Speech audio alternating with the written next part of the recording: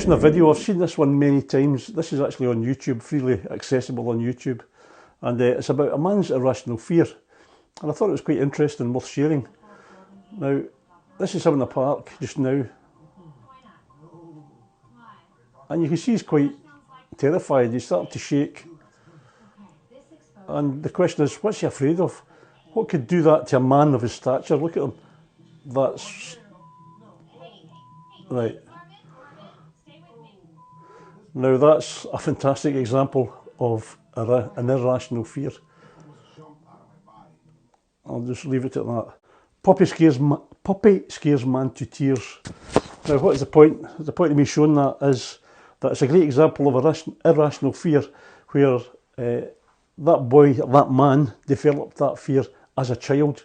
He was attacked by a dog and it was probably the same size as that wee dog there. But to a child, dogs can look rather large. Imagine an adult was to see a horse that looked like a dog, you would probably get a fright yourself. So the whole point about the irrational fear, what I wanted to share was, if you can imagine that fear was locked in and it fired off the fight, flight or fear response, and that's coming from the amygdala. You've got adrenaline pumping, your heart rate is going up. It's effectively like you're in sports mode. You're ready to run the race, jump a tree. You've got super strength or you've got super speed, but it's fired off that response for survival. Now, as a child, that was very appropriate, but to see that grown man react that way now, and he's got no control over that. So what's happening? His brain has remembered this. It's a pattern. He's got a pattern in his brain, and when he spots the dog, the pup, it fires off. It's actually what you call a sloppy pattern match, because that is probably a completely different dog. It might even be a different size. It may have been a full-grown dog, whereas that's a pup.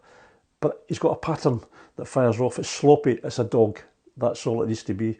And he's firing this off. The thing about this memory that he has locked into his amygdala, his subconscious mind, if you will, it's locked in there with super glue.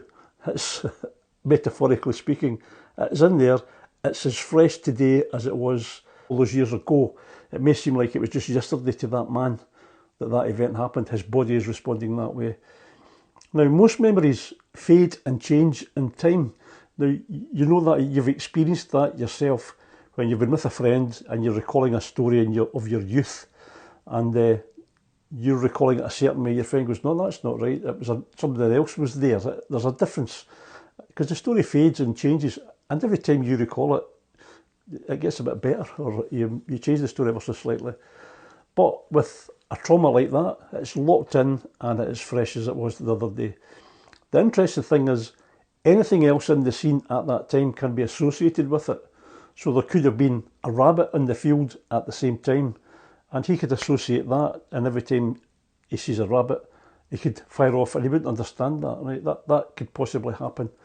Now, in that particular video, the lady makes him relive the experience, which is not entirely necessary. You can remove post-traumatic stress. You don't have to run through it again. There's easier ways of doing it. You don't have to put them through the frightful situation that he is in. His heart is racing just now. His adrenaline's pumped up just now. You don't need to go through that again. And so effectively, I like my metaphor of that effectively you're taking that super glue and you're starting to change it and you're starting to dissolve it, and you allow that post-traumatic stress memory, if you will, to move into normal memory, where you can take all the emotion out of it.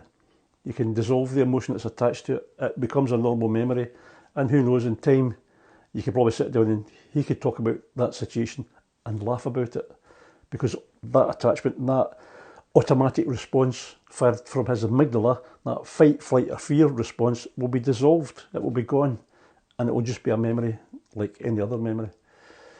So as I say, you can check out the video. The details are there. It's free for all to see on YouTube. Have a wee look and you probably get a better understanding of how that trauma can lock in and how that can affect a person. So hope you enjoyed that, and I hope you have a fantastic day. All the best for now. Right, bye-bye.